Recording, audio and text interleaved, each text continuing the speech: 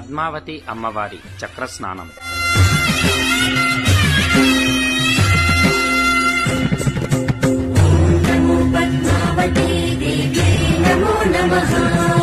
శ్రీ పద్మావతి అమ్మవారి కార్తీక బ్రహ్మోత్సవాలలో భాగంగా 9వ రోజు మధ్యాహ్నం చక్రస్నానాన్ని నిర్వహించడం జరిగింది.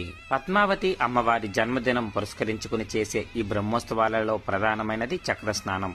దీనినే పంచమీ తీర్థం అని అంటారు. తమిళ సాంప్రదాయం ప్రకారం సూర్యుడు వృశ్చిక రాశిలో ఉండగా కార్తీక మాసమని అంటారు.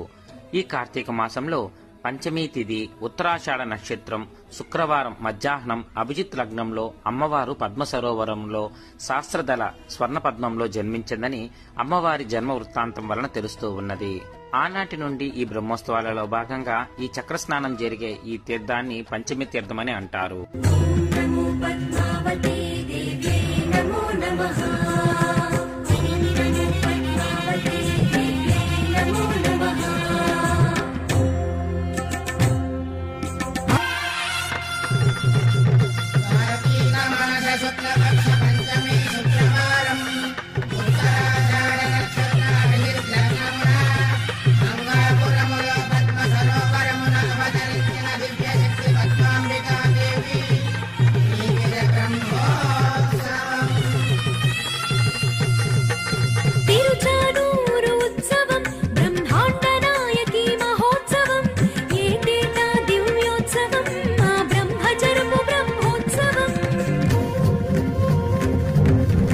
ध्वजारोहणं शेषवा